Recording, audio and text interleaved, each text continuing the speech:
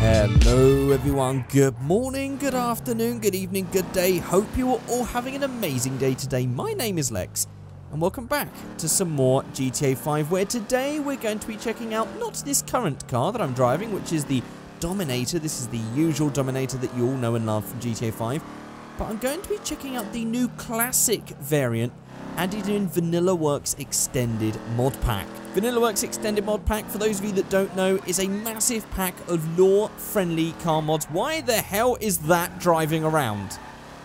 I think that must be an incredibly rare spawn, but why is that driving around? That is not what you want to see driving down the road. Oh my god. Okay, we'll try and move on from that.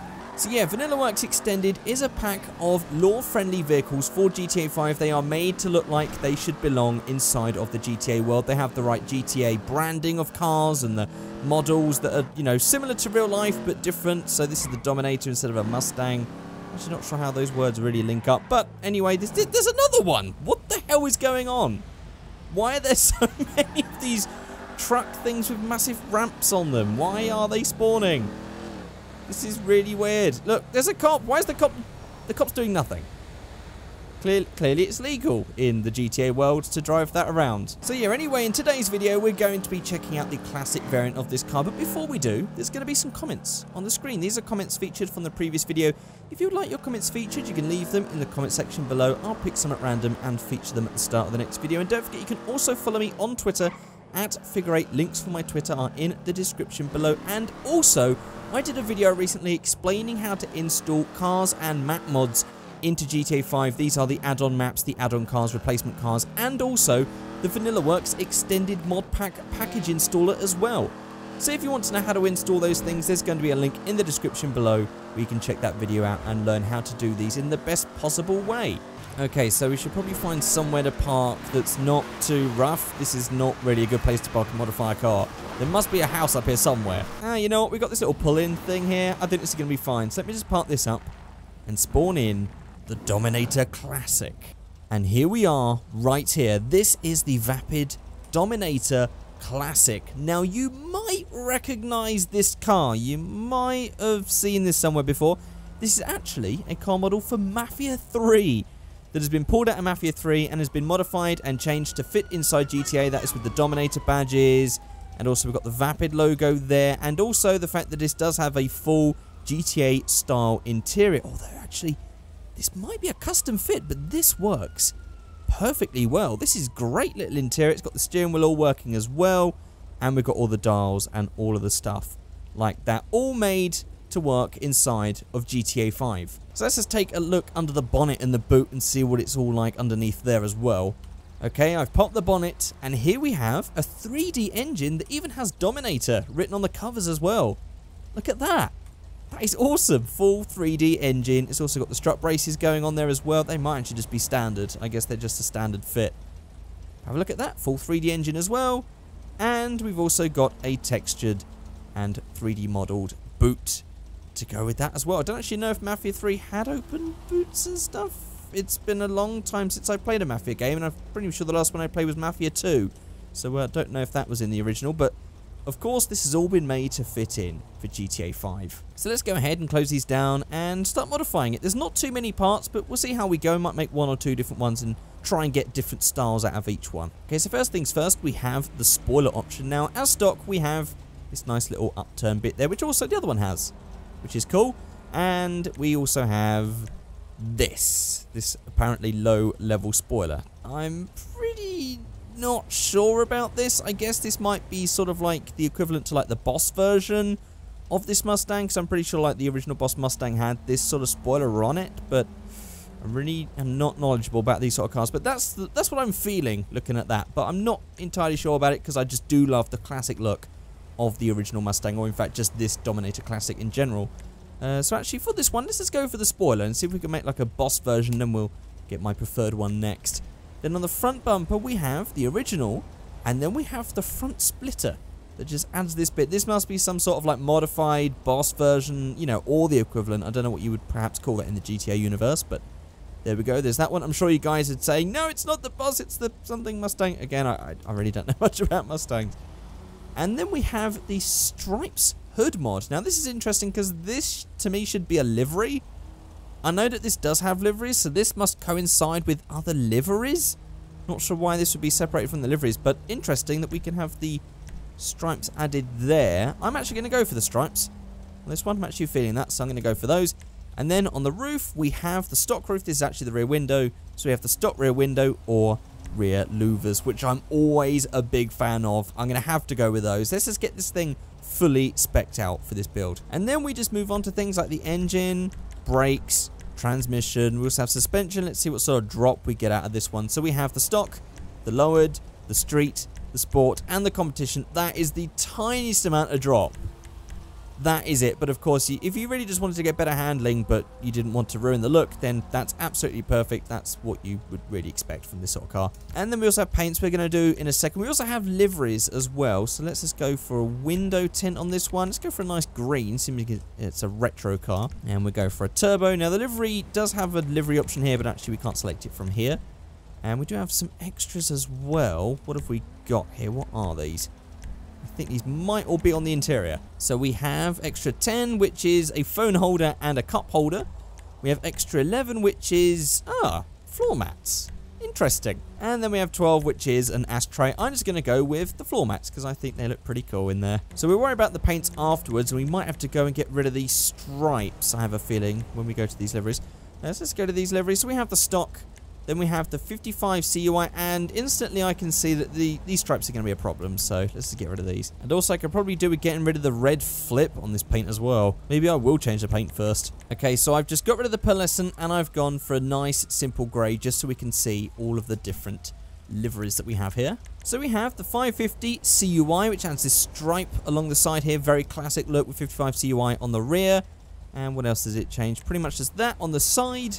And then the different colour bonnet right there. That is the only ones for that one. Then we have the Chief, which has that thing on the bonnet as well, but it now has this 55 CUI Chief style one, which actually I really like because that goes around the vent as well.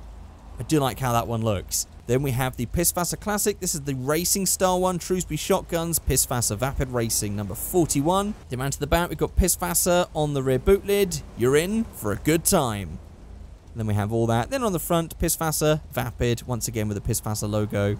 And the yellow stripe which goes around that, so we might have to find a nice colour for that if we go for this one. Then we have the Melvin Harris Racing, again, nice, classically styled racing thing, which also incorporates the Chief thing that we had before. So it's basically just a racing version of the Chief livery. As you can see, Melvin Harris Racing written there, E-Cola, number 9, Chappelle, Ron, Deliciously Infectious, E-Cola. So it's got all that sort of stuff. And it's also got Vapid written on the roof as well. And, of course, it has got the black bonnet just to match the Chief as well. And then we have the Flames, if you wanted to go for a full hot rod style look with this one. Don't really know why, but if that's your thing, then we have the Flames. It also has 550 CUI written on the rear quarter as well. And then we have Beta, which gives it a full rusty look. So we definitely have to go for some satin or matte paint to get that rust to really fit in. But we can also have a really run-down, ratty version. I'm always a big fan of having these rusty and beaten exterior liveries. Always awesome to have these as an option. So for this one, I'm actually thinking of going for the Chief, as I just really like that stripe along the side. But I would go for the Melvin Harris one, but I didn't want to have this as a racing car. I wanted this as just like a really nice luxury spec'd up top of the range looking Mustang. And I figured we'd go for a nice bright colour as well, seems in this as a Mustang. And I'm really just feeling the nice solid yellow. I think the race yellow might be a little bit off, but that yellow with a little bit of orange in there just looks really, really nice. I'm going to go with that one. And as for the wheels, this actually has the atomic marking on the tyres, which is supposed to be like Hoosiers or whatever. I don't know if we're going to find a better set of wheels. Let's have a look. So let's see. Let's change. And yeah, it's just not right. I mean, these wheels have some nice thick tyres on them, but it's not the same. I don't think we could even go for the custom tyres on these ones. It's really not going to work. I think for this one, stock tyres is the winner. So there we have our first build of the Dominator Classic, and it wasn't too mad, wasn't too crazy as I was sort of setting out to be. This just turns out to be a really nice, spec'd up Mustang. Actually, I'm pretty fond of the spoiler now. I sort of get it. So there is our first build. So the second one, I'm actually wanting to do the beta livery, as I just really like the look of that, to try and make a rundown one.